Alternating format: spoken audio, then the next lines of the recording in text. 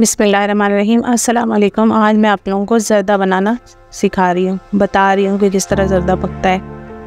ये एक पतीली में पानी उबाल लें और मैं चावल ना 2 घंटा पहले ही भिगो देती हूँ।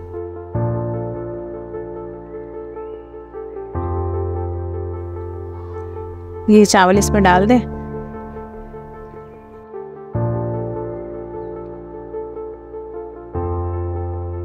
और ये फूड कलर भी आप 1 चम्मच डाल दें इसमें।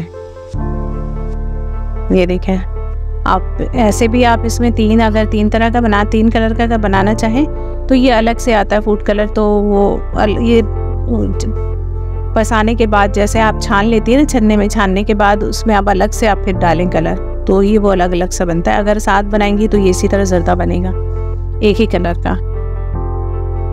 ये देखें, मैं चावल उबाल रही हूँ इसको जब तक कलर में, और फिर उसके बाद मैं ये लौंग 3 दाना डाल दें आप। जब तक हमारा चावल उबल रहा है मैं दूसरी पतीली में इमाम तैयार कर रही हूँ चीनी का। ये लेके ऑयल डाल दिया मैंने 1 कप, या आप घी भी डाल सकती हैं। घी भी डाल देंगे, हमारे यहाँ तेल यूज़ होता है तो मैं तेल ही में ज़्यादा आप लोगों को बताती है। तो ये तेल डाल दिया आपने और उसमें 2-3 दाना लौंग डाला और उसके बाद 1 कप चीनी भर के आप डाल दें और इसमें थोड़ा सा पानी ऐड कर दें और इसको इमाम बनाने के लिए चलाते रहें, थोड़ा थोड़ा चलाएं।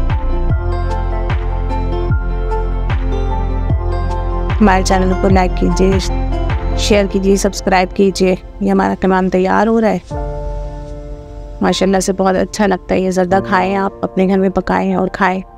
हमें ज़रूर बताइएगा कमेंट्स में कि कैसा बना। ये देखिए इमाम तैयार हो गया हमारा। अब हम इसमें छान के चावल इसमें डाल देंगे, ज़र्दे का चावल। ये देखिए, ये अच्छे से इसका पानी खुश्क कर लेंगे, बिल्कुल खुश्क। जो चीनी है उसको बिल्कुल अच्छे से, तेल बिल्कुल ऑयल बाहर आ जाए, फिर आप इसको निकाल लें।